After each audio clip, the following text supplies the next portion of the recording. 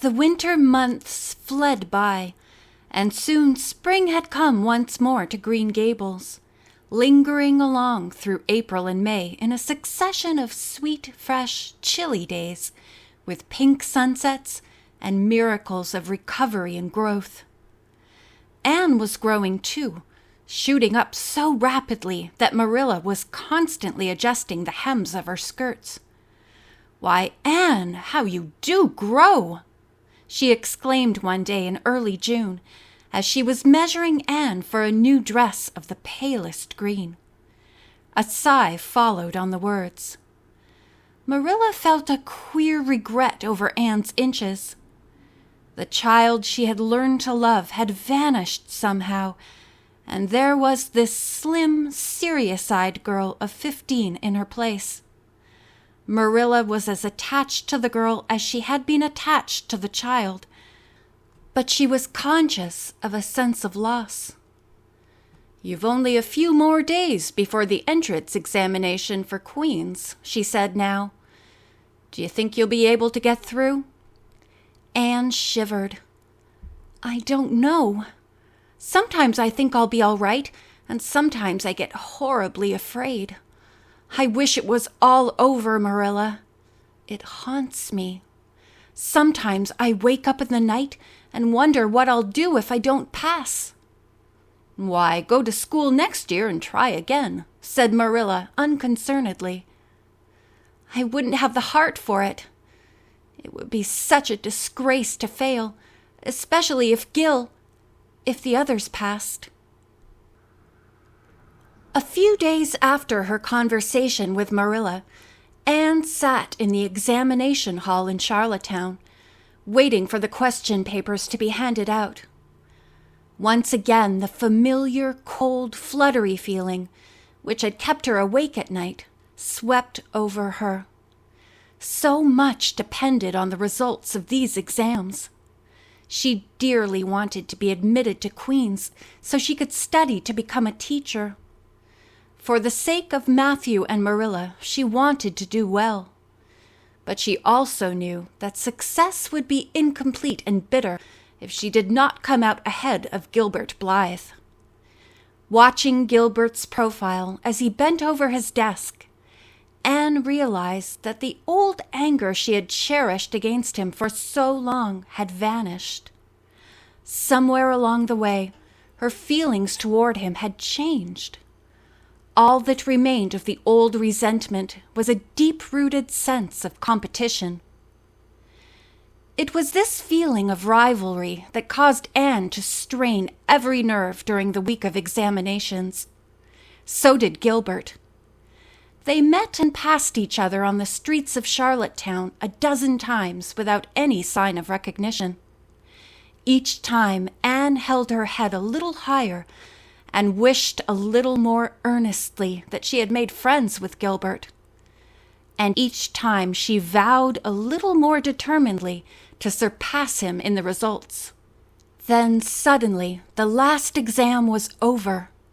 Students were thronging out of the gloomy examination hall into the June sunlight. Anne stood on the entrance steps, her relief mingled with regret.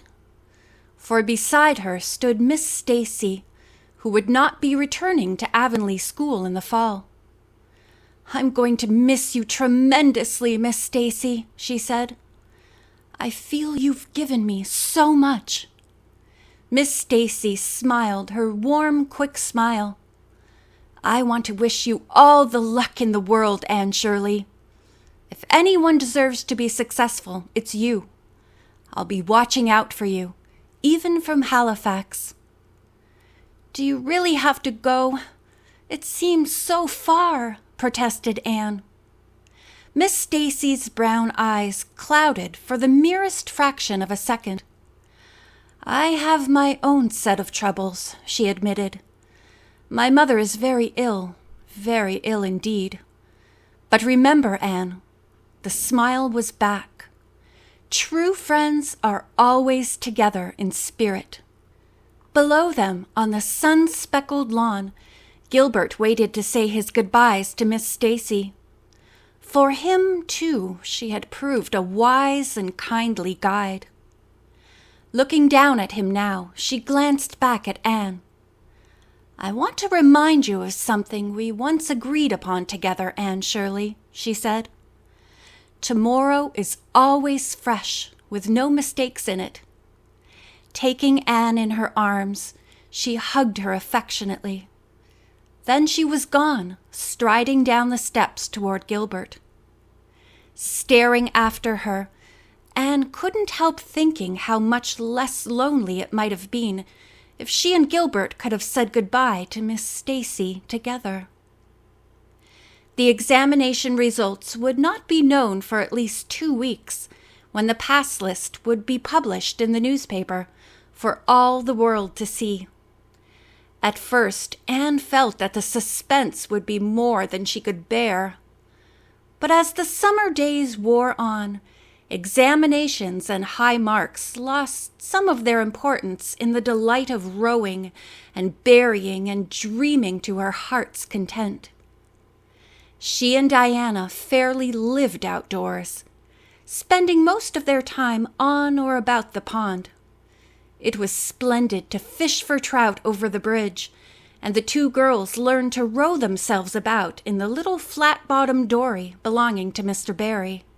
Ruby Gillis and Jane Andrews came over one sunny afternoon, and Anne, inspired by the increase in potential players, suggested they dramatize the sad story of Elaine, the Lily Maid. Ever since she could read, Anne had loved Tennyson's poetry, especially everything he had written about the legend of King Arthur. She was devoured by secret regret that she had not been born in Camelot. Those ancient days of Merlin and Arthur, Guinevere and Lancelot seemed so much more romantic than the present. The other girls were all familiar with Lancelot and Elaine, too, as they had studied the poem in school the previous winter. Anne's plan was hailed with enthusiasm. They gathered together all the necessary props, then stood by the flat-bottomed dory, arguing over who should play the tragic heroine. "Ruby, you must be Elaine because you're so fair," Anne commanded. "I couldn't lie there and pretend I was dead," protested Ruby. "I die of fright." "You should be Elaine, Anne," declared Diana. "Your complexion's just as fair as Ruby's, and your hair's much darker than plain old red now." "Really? Do you really think so?" asked Anne, flushing with delight. "It's definitely auburn," agreed Jane loyally, "and that's pretty close to blonde." "Very well, then." Anne stepped regally into the boat, which had been draped in Mrs. Barry's old black shawl. It was the nearest they could come to the blackest samite or royal silk mentioned in the poem. She lay down, spreading her hair around her shoulders and closing her eyes. "She does look really dead, doesn't she?" whispered Ruby Gillis nervously. She stared at the still white face under the flickering shadows of the birches. "It makes me feel frightened. Do you suppose it's really right to act like this? Mrs. Lynde says that all play acting is a sin." "You're spoiling the effect, Ruby," said the corpse severely. "This is hundreds of years before Mrs. Lynde was born. Diana, you arrange the rest. It's ridiculous for Elaine to be talking when she's dead." Diana rose to the occasion. Under her capable supervision, the old yellow piano scarf was draped carefully around the body. It wasn't exactly cloth of gold, as the poem demanded, but it made an excellent substitute. In Elaine's left hand they placed her letter to Lancelot. In her right, a bouquet of summer flowers. By rights, Elaine should have carried a single lily, but perfect white lilies did not grow in abundance near Orchard Slope. One by one the girls solemnly kissed the quiet brow. "Farewell forever, sweet sister," they murmured in heartbroken tones. Then they pushed the barge off from the landing place. They waited only long enough to see it caught in the current before scampering up through the woods, across the road and down to the lower headland, where they had arranged to await the Lily Maid. As her barge drifted slowly downstream, Anne savored the romance of the situation to the full. The summer sun stroked her face. The birds sang sweetly. Lines from the poem floated through her mind, and she chanted them softly, like a song. In her right hand the lily, in her left the letter, all her bright hair streaming down, and all the coverlid was cloth of gold. She did not seem as dead, but fast asleep, and lay as though she smiled. Somewhere, beyond the mists of romance, another song was sounding faintly. It was not a romantic song. It gurgled and muttered and coughed and reminded Anne unpleasantly of damp shoes and beds. With a start, she sat bolt upright. In the bottom of the barge yawned a huge hole, through which water was pouring noisily. It slurped and slapped all over Elaine's shoes and skirt, all over the cloth of gold. At this rate, the boat would sink long before it reached the lower headland. Anne cast around frantically for the oars, but they had been left behind at the landing. The current was moving swiftly now. Scanning the horizon desperately, Anne saw that the dory was fast approaching the bridge.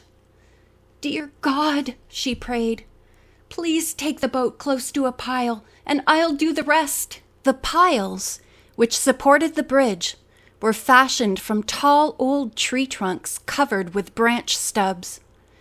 If she could just get close enough to one of them, perhaps she could clamber onto it. A few more moments of terrifying rocking and pulling passed like months, and then her prayer was answered. The boat banged into a pile. With one bound, Anne leaped from the dory and wrapped her arms tightly around the scratchy trunk. And there she hung for dear life. The dory, relieved of the weight of its passenger, drifted on under the bridge, then sank gratefully in midstream. Ruby, Jane, and Diana, waiting for it on the lower headland, saw it disappear before their very eyes, and had no doubt that Anne had gone down with it. For a moment they stood still, white as sheets, frozen with horror. Then, shrieking for help at the top of their voices, they started on a frantic run up through the woods. The piling was rough and slippery at the same time. The minutes passed, each seeming an hour to the dripping Lily Maid. Why didn't somebody come? Suppose they had fainted, one and all. Suppose nobody ever came. Suppose she grew so tired and cramped that she could hold on no longer. Anne looked at the wicked green depths below her, wavering with long, oily shadows, and shivered. Her imagination began to suggest all manner of gruesome possibilities. Then, just as she thought she really could not endure the ache in her arms and wrists another moment, Gilbert Blythe came rowing under the bridge in Harmon Andrews' dory. Gilbert glanced up. To his amazement, he beheld a white face looking down at him with big, frightened eyes. "Anne Shirley, what in heck are you doing?" he exclaimed. Anne couldn't help herself. "Fishing for lake trout," she snapped. Without another word, Gilbert helped her into the dory. "We were playing Elaine," began Anne, so embarrassed she could hardly bring herself to look at her rescuer. "And I had to drift down to Camelot in the barge. I mean the dory. The dory sprang a leak and I had to climb onto the piling or sink. Now please be good enough to row me ashore." Although vastly amused, Gilbert made no comment. He merely did as he was asked and rowed her to the landing. Refusing his assistance, Anne sprang quickly to shore. But Gilbert was equally quick. Jumping out of the dory, he laid a detaining hand on her arm. "Wait a minute, Anne," he said hurriedly. "I was just over at the post office to see if the exam results had been published and—" "Congratulations on coming first, Gilbert," interrupted Anne with a toss of her dripping hair. "I'm sure you're very proud of your achievement." Gilbert stared at her. "We tied for first place, you ninny. You and I." He glanced at the ground. "I figured you'd have it for sure." Anne stared at him, unable to believe what she was hearing. "First? Out of all 200? Gilbert smiled ruefully. "I'm sorry you have to share it with me." "I never expected to beat you," replied Anne honestly. For a moment they stared at each other. Anne felt her heart give a quick, queer little beat. Under all her wounded dignity, she was dimly aware that the half-shy, half-eager expression in Gilbert's hazel eyes was something that was very good to see. "Can't we be friends, Anne?" he said slowly. "I'm sorry I ever said anything about your hair. It was so long ago. Aren't you ever going to forgive me?" That scene of 2 years before flashed vividly through Anne's mind. Once again, Gilbert's teasing voice, his cry of "carrots," rang in her ears. Once again, she saw herself disgraced before the whole school. Her softening determination stiffened. "You hurt my feelings excruciatingly," she heard herself say. Her voice sounded cold. "I only said it because I wanted to meet you so much," Gilbert admitted. "Look, come on, Anne. Why can't we be friends?" But Anne had turned on her heel. "Why can't you figure it out if you're so clever, Gilbert Blythe?" she retorted as she ran off up the hill.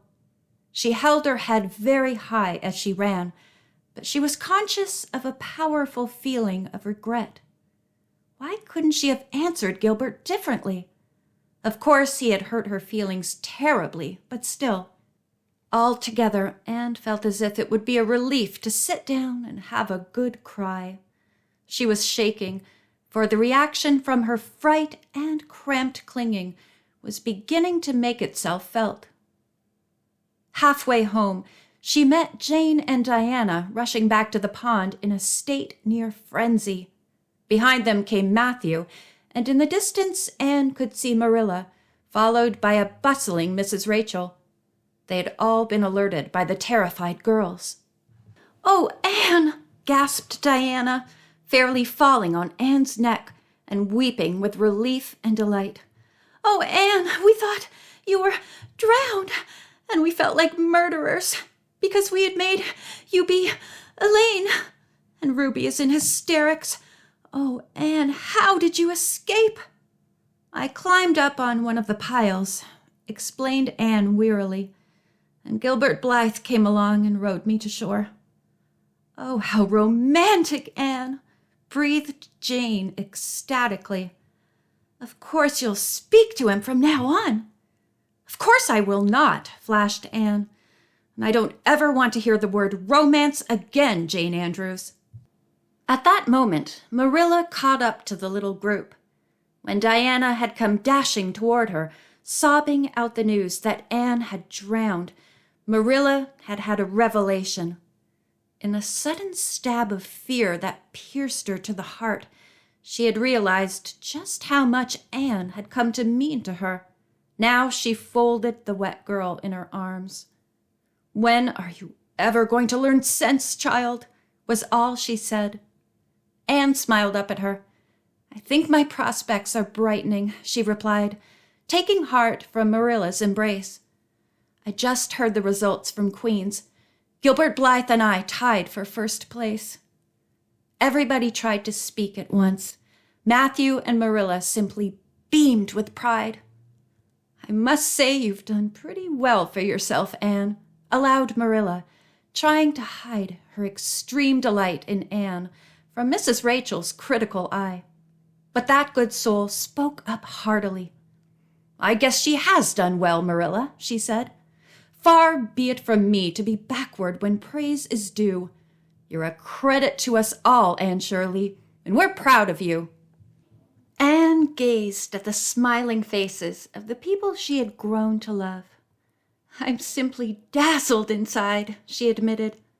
"I want to say 100 things, but I can't find the words."